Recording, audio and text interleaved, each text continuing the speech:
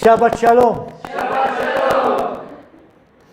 Today we'll be continuing our teaching of Psalm 119. And we are in verses 113 to 120. So let's go through the verses together, starting from verse 113. I hate double-minded people, but I love your Torah. You are my hiding place and shield. I put my hope in your word.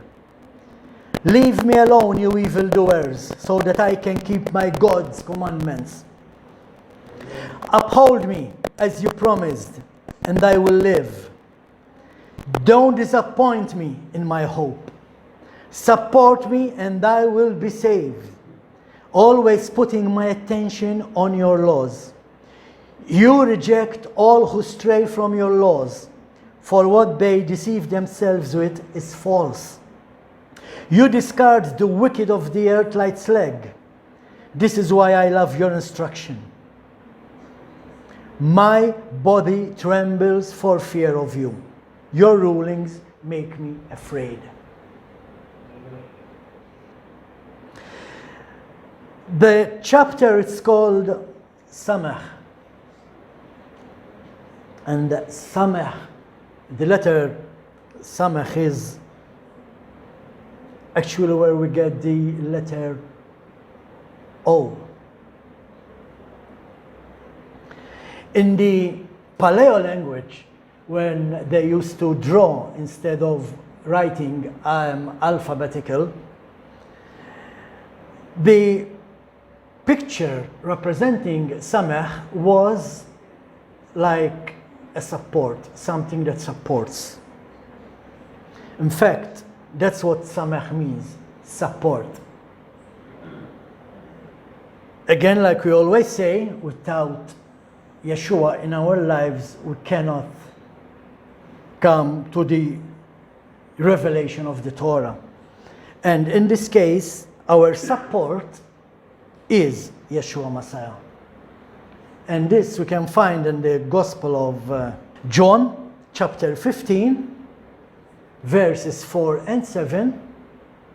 John 15, 4 and 7, where it says, "Stay united with me as I with you. For just as the branch can put forth fruit by itself apart from the vine, so you can't bear fruit apart from me." So this is already, Yeshua is already telling us, listen, I am your support. You cannot bear fruit without me. In this case, I am your Samek. Verse 5, I am the vine and you are the branches. Those who stay united with me and I with them are the ones who bear much fruit. Because apart from me, you can't do a thing.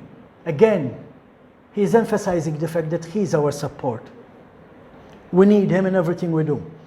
Verse 6, unless a person remains united with me, he is thrown away like a branch and dries up. Such branches are gathered and thrown into the fire, where they are burned up. Verse 7, if you remain united with me, and my words with you, then ask whatever you want, and it will happen to you. This is how my Father is glorified, in your bearing much fruit. This is how you will prove to be my disciples. Yeshua is telling us more than once in these 5 verses, or 4 verses anyway, that we cannot do anything without him. We need his assistance in our life. We cannot accomplish anything without Yeshua. As I always say, yes, we see a lot of millionaires who does not know who God is. So you might say, well, they accomplished something, they are millionaires and they are not believers. But what did they achieve? Only worldly things. When God says, Yeshua tells us, listen, keep your mind on heavenly things. Again, what did Yeshua say in this verse?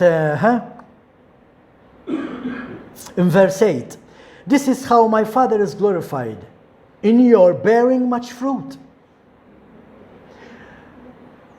When we produce fruit, God is happy with us. Now, the problem is this. In today's modern churches, fruit is people being healed, praying on them and they get healed, getting prosperous, which is good. I'm not against those things. The word says that we are to lay our hands on people, pray for them, and they are healed. But that's not the fruit that Yeshua is talking about. He said, this is how you will prove to be my disciples. How? Making more disciples. That is the fruit that God is expecting from us. It's not like, all right, now I'm saved, I'm following Yeshua, I'm obeying Torah, good. Forget the world. No. You are to bring other disciples. You are to evangelize. Bring people to the truth. As I always say, when I speak about the scattered tribes, this is our job. Get people in touch with reality. Show them that they are the scattered sheep that Yeshua came for. And that's how we make disciples. As I said, the word Samek is support. Now, go to Psalm 145. And I want you to go in your Bibles. I'm not sure if you find this on the internet. You might find a version on the internet, but it will take time until you find it, so we cannot rely on the internet alone. But let's see what you have. Psalm 145. Does any one of you has the alphabet, the Hebrew alphabet on the side of every line?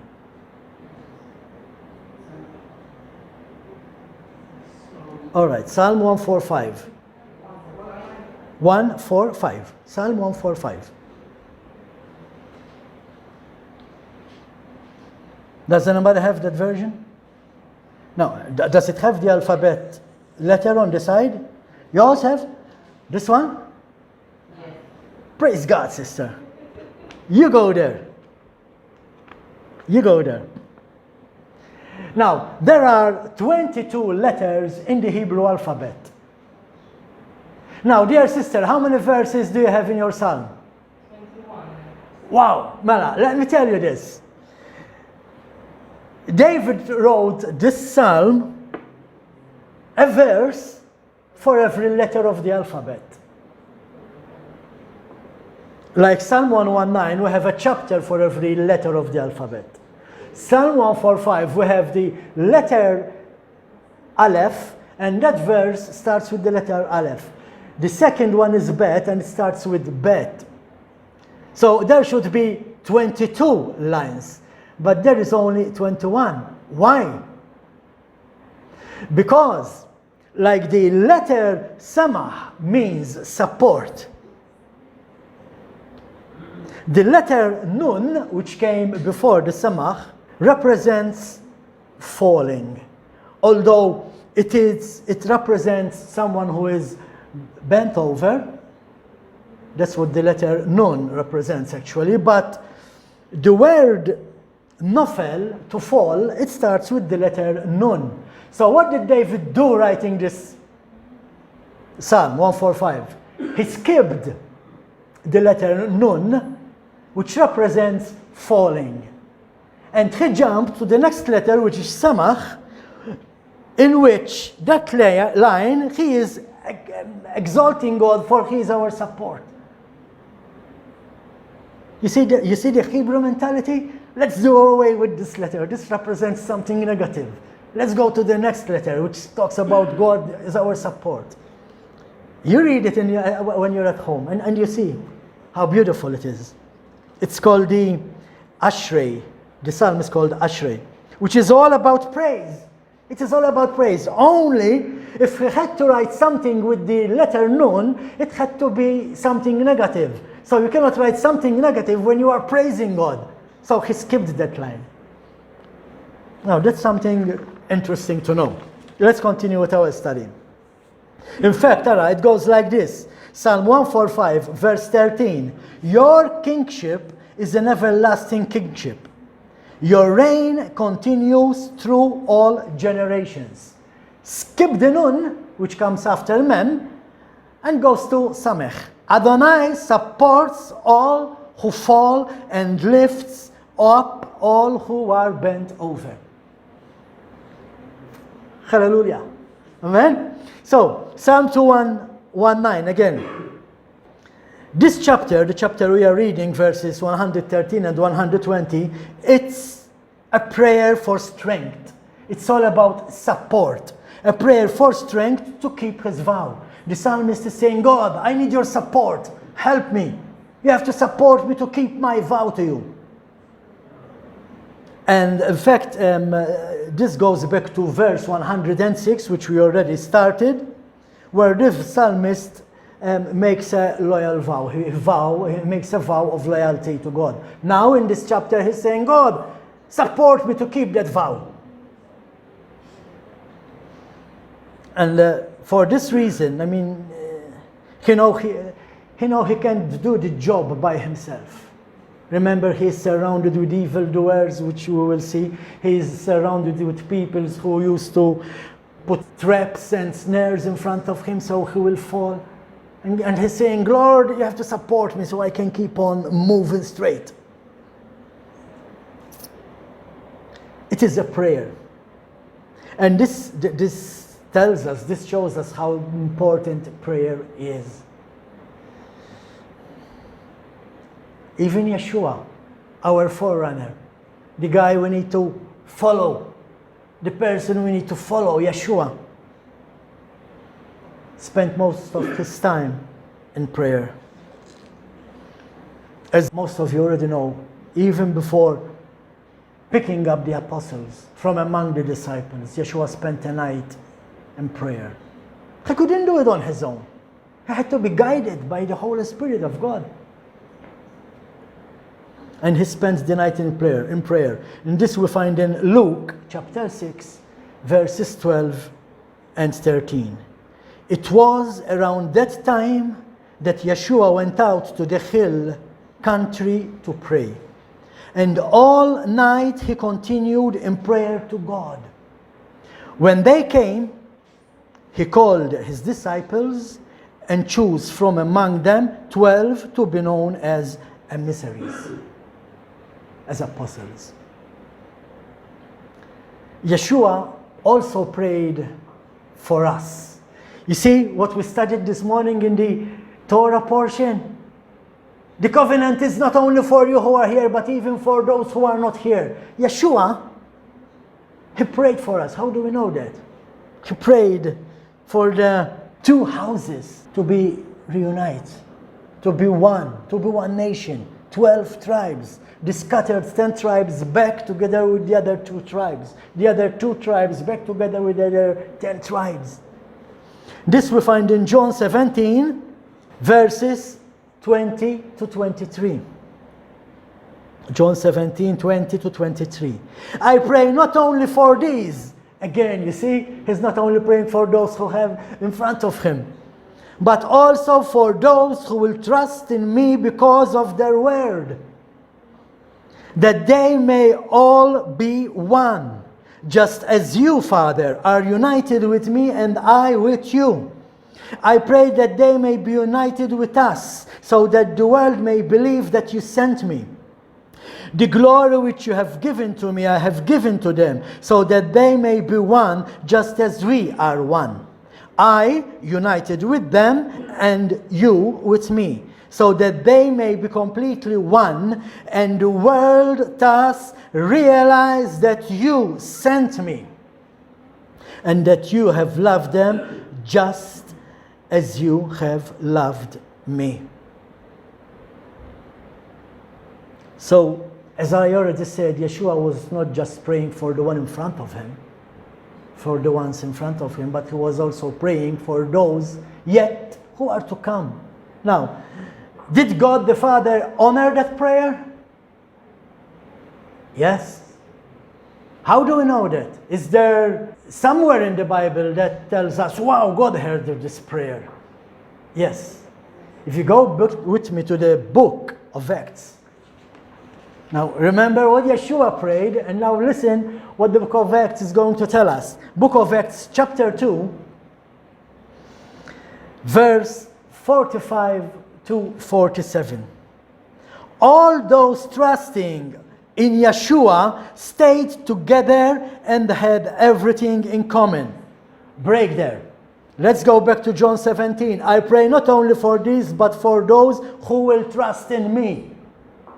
You see, all those trusting in Yeshua stayed together and had everything in common. In fact, they sold their property and their possessions and distributed the proceeds to all who were in need. You don't sell your car and you just give half of it to the church. No, you give it all to the church. Continuing faithfully and with singleness of purpose to meet in the temple courts daily, and breaking bread in their several homes. They shared their food in joy and simplicity of heart, praising God and having the respect of all the people. And day after day, the Lord kept adding to them those who are being saved. Isn't that the answer to Yeshua's prayer? Oh, yes, it is. Isn't that what Yeshua was praying about? God, get them together. Make them one in me, like me and you are one. And that's what is happening in the book of Acts. Hallelujah. That's 18 minutes in the introduction. Now let's start studying the psalm. So, verse 113, we see the psalmist's attitudes are established. He's establishing his attitudes. In verse 114, we see the confidence of the psalmist being expressed, confidence in the word of God. In verse 115, we see the psalmist is dismissing the evildoers. In verse 116 and 117, we see the prayer of the psalmist being offered to God. In verses 118 and 119, the psalmist is reviewing history. This is interesting. We will mention this in the little time we have. In 120, verse 120, we see the reverence of the psalmist towards God's word and towards God being affirmed. So let's start with the attitudes established. What is his attitude? I hate double-minded people, but I love your Torah. So in this paragraph, the psalmist is dealing with thoughts and things and persons which are the opposite of God's holy thoughts and ways. I hate double-minded people. Maybe your version says, I hate evildoers. I hate Torah-lessness people. I don't know. Doubting people, yeah. Because if you doubt, you don't have faith. That's what James says. But saying, I hate what opposes your Torah, the psalmist is once again affirming his love for God's Torah. If you hate someone because, and when I say hate, it's holy anger. Again, remember, we're not talking about worldly hate. It's that you can't stand people who are Torahlessness. That's what the psalmist is saying. By saying this, he's affirming that he loves God's instructions. And when we love the law of God, when it becomes a law of love, then we cleave to it with our whole heart. That's then why we come to a place in life where we hate evil things. We do not hate the people, but we hate evil. We hate their actions. We hate their protests. We hate their parades, pride parades. Anyway, observe how the psalmist does not speak of God's word as being a double defense. It is important. When he is saying, I hate double-minded people, but I love the Torah, he is saying that he is not taking chances against evildoers. All right, I deal with him. Then, if I lose, I'll go to God's Torah. No. That's not just what the psalmist is saying. The psalmist is saying, listen, the Torah is my first and foremost thing.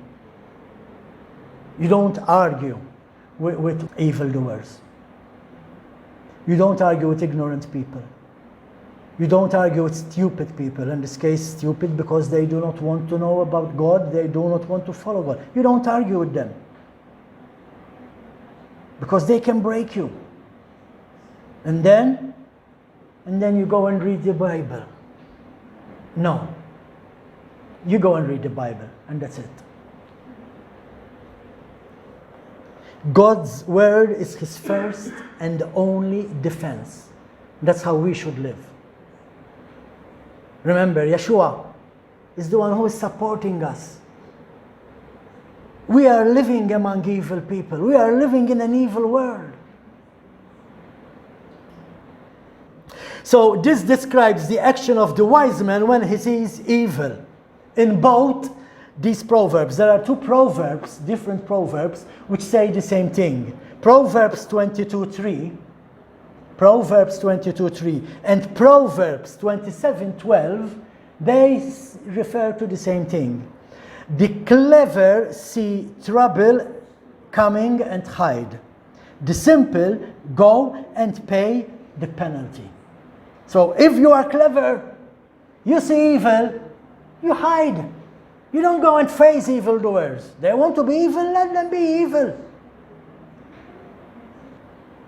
We are taught that God protects us from everyday dangers of life, including the conspiracies of the wicked, as well as the plans of the wicked. These are all things that I'm getting from Psalms. Psalm 31 verse 20, it tells us that God takes care of us among the wicked.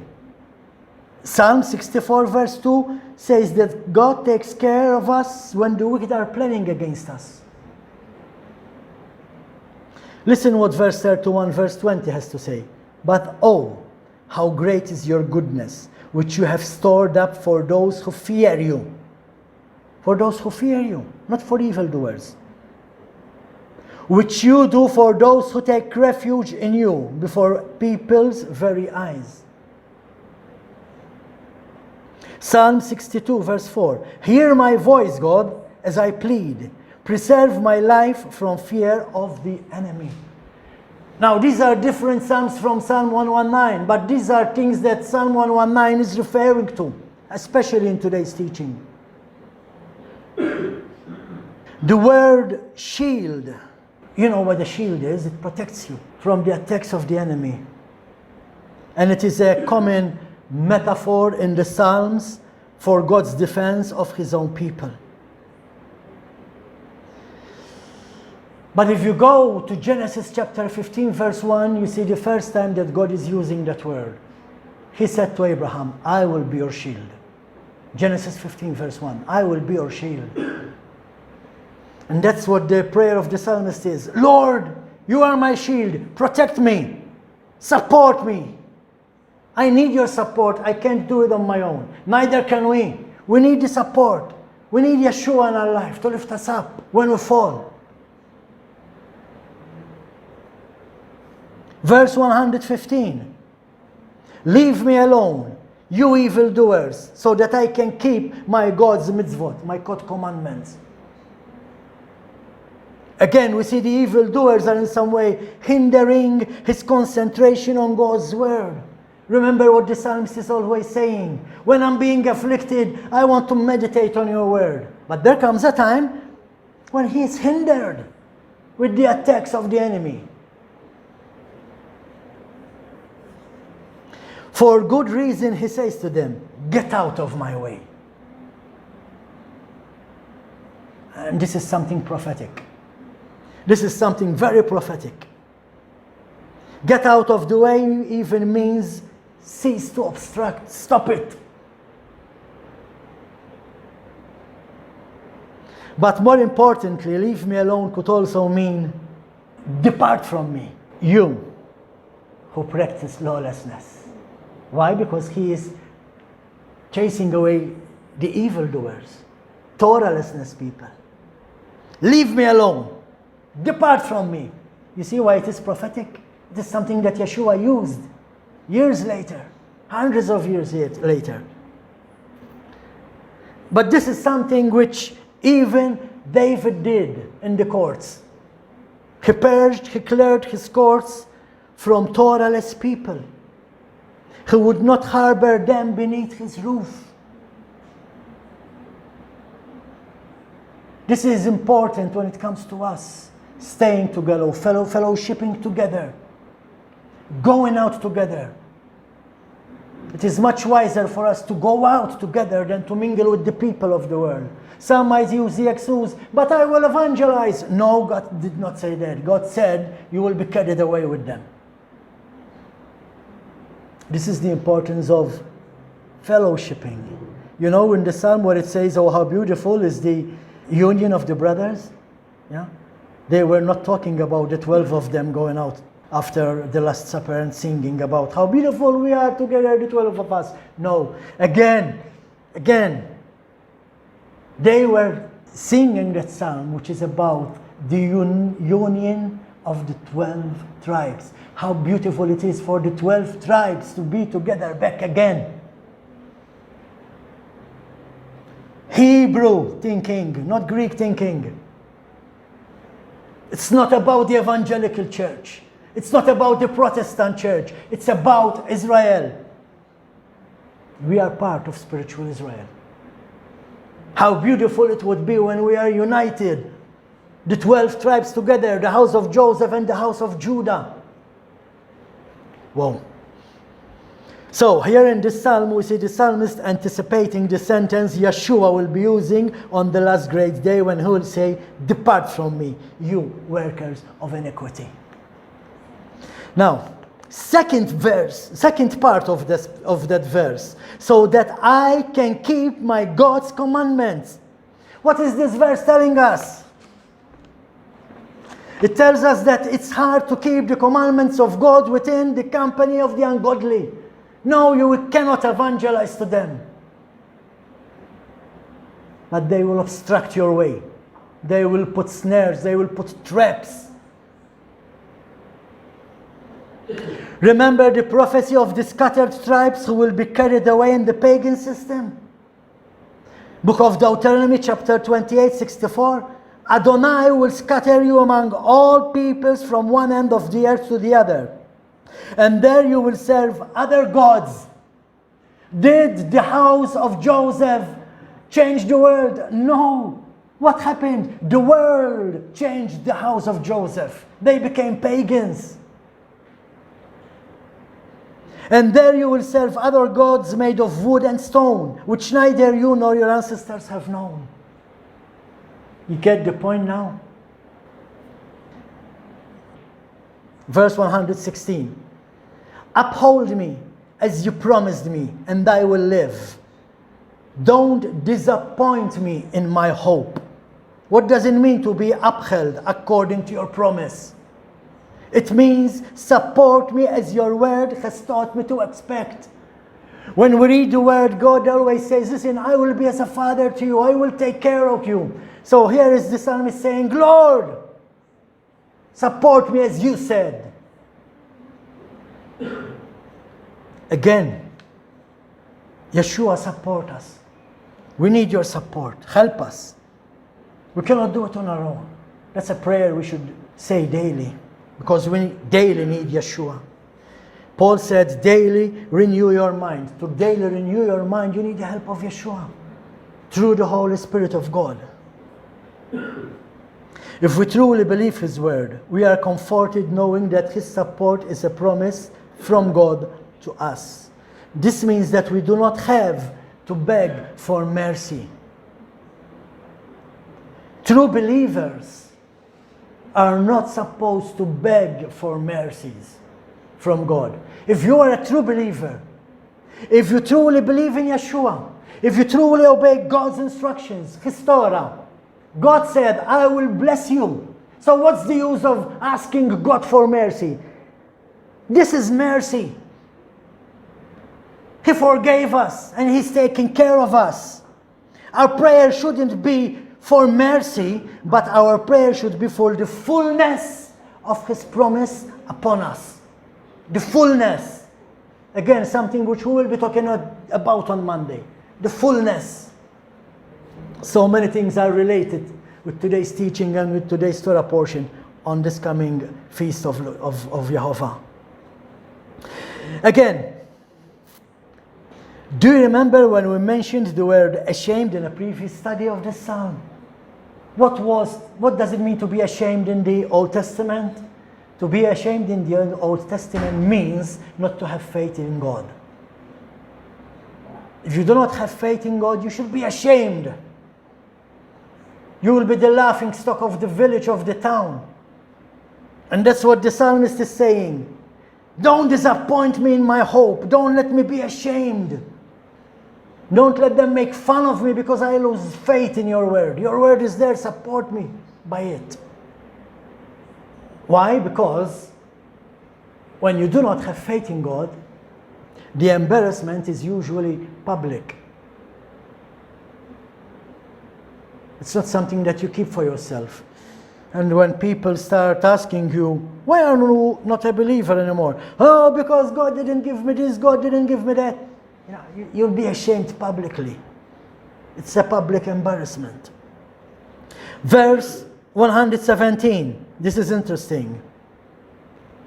Support me, and I will be saved. That means that we cannot be saved unless God is supporting us. But bring in mind this morning's Torah portion. For God to support us, we have to repent. To repent, we have to turn back. Turn back to what? To obeying what He was ordering back then. What was He ordering back then? Live by my instructions. So if you want God to save you, you have to live by His instructions. If you do not live by His instructions, you will hear this Yeshua say, depart from me, you who practice lawlessness. We know that we are saved by grace. We have no doubt in that. But we also need the present grace to be saved. What does it mean to be saved by grace? We do not deserve to be saved. We followed pagan gods. I followed pagan gods for 45 years. After 45 years, by the grace of God, I was saved. I came to the truth. But it doesn't mean that I'm fully saved. I have to work out my salvation in fear and in trembling. All right, wow, excellent. What does it mean, in fear and in trembling? Wow, you have to wait for verse 120. This comes to mind right now. Paul said, work your salvation in fear and in trembling. Now, in verse 120, very soon, we'll see what it means to work your salvation in fear and in trembling. Hallelujah. Thank you, Lord. Wow, He still gives revelations to His people. Amen. So, again, we cannot be saved unless we repent. And then, by the grace of God, we are forgiven and we are saved. But again, we have to work our salvation. One cannot be supported by God if he chooses to not believe, let alone not following the Torah of God. If you don't believe in Yeshua, you cannot be saved. Why? Because Torah does not save you. As we said this morning before we started the Torah parasha, if there is no Yeshua in our life, the letter of the law is dead. It's only through Yeshua that it comes alive. Why? Again, because Yeshua is the living Torah. Verses 118 and 119. You reject all who stray from your laws, for what they deceive themselves with is false. Now, keep in mind that the psalmist here is talking about history. The psalmist is talking about what he already knew. And through what he knew, through what he read from the writings in those days, the psalmist came to the conclusion, he was assuming that the historical victories of Israel were in reality God's victory over those who reject the laws. Wasn't that always the story? People not following Torah coming against Israel? And Israel wins? How? The hand of God. The hand of God was with Israel. The psalmist knew that. That's why he is saying, you reject all who stray from your laws, for what they deceive themselves with is false. So, what does God do to those people? Verse 119, you discard the wicked of the earth like slag. This is why I love your instructions. For what they deceive themselves with is false. The second part of verse 118. Here he is referring to idol worshippers. He is referring to people who used to worship the sun, who used to worship the moon. He is prophetically talking about the Roman Catholic Church, who is the Babylonian religion alive today. Prophetically, he's talking about the Protestant Evangelical Church who done away with the laws of God. Prophetically, he's talking about Hinduism, Buddhism, Islam, worshippers, idol worshippers, evildoers. God treats them like scum. So you have to keep in mind that writing this verse, the psalmist had in mind the victories that we find in the book of Joshua and Kings and Chronicles. But futuristically, prophetically, he was talking about the pagan nations, which very soon will come against the nation of God. The nations of the world are coming against the nation of God, against Israel. In verse 119, the psalmist is telling us that God has nothing to do with the wicked, those who do not follow his instructions. This is huge. This is huge. For the people who say we are no longer under the law, God has nothing to do with those people. He judges them to be the scum of the earth. But then again, through his judgment, God is righteous. This is the reason that the psalmist is saying that this is why he loves God's instructions. Let's read 119 again, verse 119. You discard the wicked of the earth like slag. This is why I love your instruction. Why? Because God is righteous. Many will be surprised on Judgment Day. Already mentioned it. Gonna say it again, Yeshua. People will come in front of him on Judgment Day and they will say, Lord, didn't we cast out demons in your name? Didn't we make miracles in your name? God is righteous. And who will say to them, depart from me, I never knew you, you who do not keep my Torah, in plain English. Verse 120. Did not have much to say about this verse until a couple of minutes ago. Well, my body trembles for fear of you. Your rulings make me afraid. Wow. This is what Paul was saying when he said, we are to work out our salvation with fear and with trembling. In fear and in trembling. What does it mean to fear, to tremble? To feel creepy, that's what it means, to feel creepy. You get goosebumps on your body. What does it mean? You shake, you tremble, you fear, knowing that God is so righteous and you have to appear before him on Judgment Day. Now, this is where Yeshua comes in our lives. But it doesn't mean that you can keep on sinning. Yeshua is not the excuse for us to keep on sinning. Paul said, if you keep on sinning, knowing that you are sinning, and you keep on sinning, then the cross means nothing to you, which means that Yeshua cannot help you. Do we sin? Of course. Do we break Torah? Yes. Do we break it purposely? No. If you do that, there's no salvation. Yeshua cannot help you. You see how dangerous it is to say that we are no longer under the law. So instead of glorifying God by making disciples, you are hurting God so much by telling people we are not under his laws anymore. Trembling and shaking. We are to be very careful in every step, every day. What we think, what we do, what we say. I know it's not simple. No, it's not. I don't know about you guys, but sometimes there's situations in my life where I get angry. I get angry from the inside. And I get double angry because I can't express my anger. Because I have to be careful what I think, what I say, and what I do.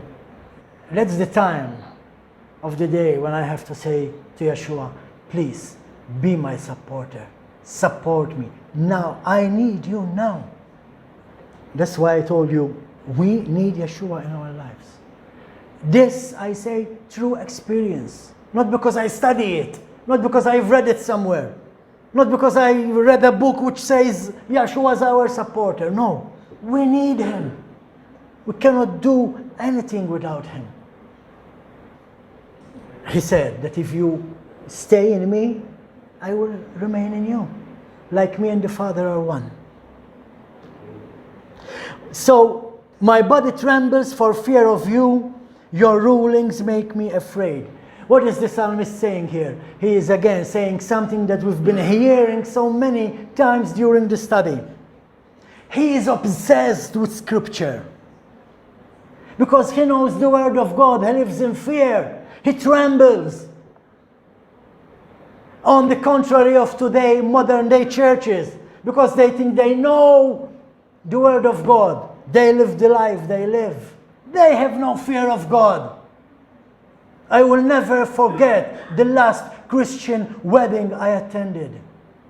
And all the brothers and sisters passing in front of me with all the seashells and shrimps in their plates. Am I lying? You were there. Am I right? Where is the fear? Where is the trembling? He was obsessed with Scripture. In fact, if you read Psalm 119, it's all about the Scripture of God. It's all about the Word of God.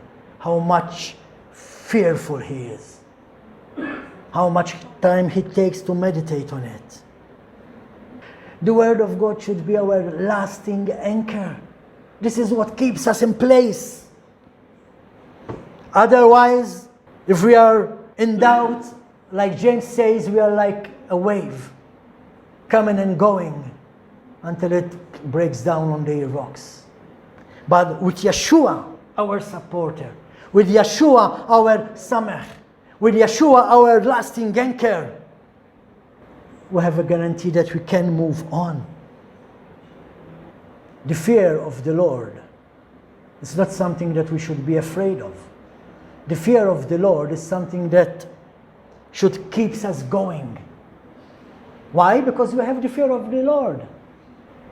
If I did not have the fear of the Lord, maybe I would be on a beach swimming today, or watching television, or I don't know, doing my chores, going to the city, buying clothes, whatever I need. But the fear of God brings us here. We are here because we fear God. and we want to keep His commandment. Keeps us going, you see? Keeps us going. Last scripture, and I know you know the scripture by heart, you know what it says, but we're gonna read it anyway. Book of Ecclesiastes, chapter 12, verse 13. Here is the final conclusion. Now that you have heard everything, fear God and keep His commandment. You see, to keep His commandment is to fear God. To fear God is to keep His commandment. How does the verse end? This is what being human is all about. Now, you look around us. I don't know if you follow the news. I don't know if you read the papers. What's happening in the world? Where is the fear of God? The things happening in the United Kingdom, crazy. The things happening right now in America, again, crazy. Who's right? Who's wrong? I don't care. I only care about the Word of God. So, let's be wise people. And by wise I mean, we need to know what's happening around us. But we shouldn't be ignorant to allow the situations around us to control our minds. We need to concentrate on the Word of God. What does the Word of God say? It says that one day He's going to gather the 12 tribes all together. One day He's going to call back home the prodigal son. Who is the prodigal son? Ephraim, the house of Joseph, the 10 scattered tribes. One day He's going to call them back. And when they come back, He will come out running to greet them. That's what the story of the prodigal son is all about. Yes, it is about repentance. It is about forgiveness. Yes, it is about you as an individual. But not only. It is also about the 10 tribes of Israel scattered around the world as a punishment. In exile. Now, we started coming back. And we will be talking about this on Monday. It all ties up together. Now that we are back, or at least we are going through the Exodus, right now, this community, this as part of the assembly of Israel, is going through Exodus. We are passing through the desert, on the way to our promised land. Yeshua is with us. He is our supporter. Yes, we will meet snares and traps. Yes, we will have enemies trying to attack us. But remember, God provided security. God provided His security to the people in the desert for 40 years. And the same He is doing to us right now. What is our part in all this? Fear God. Obey His commandments. That's what being human is all about. Amen? Amen. Hallelujah. Thank you, Lord. Let's all stand for the Aaronic blessing. And Jehovah spoke to Moshe, saying, Speak to Aaron and his sons, saying, This is how you bless the children of Israel. Say to them, Jehovah bless you and guard you. Jehovah make His face shine upon you and show favor to you. Jehovah lift up His face upon you and give you peace.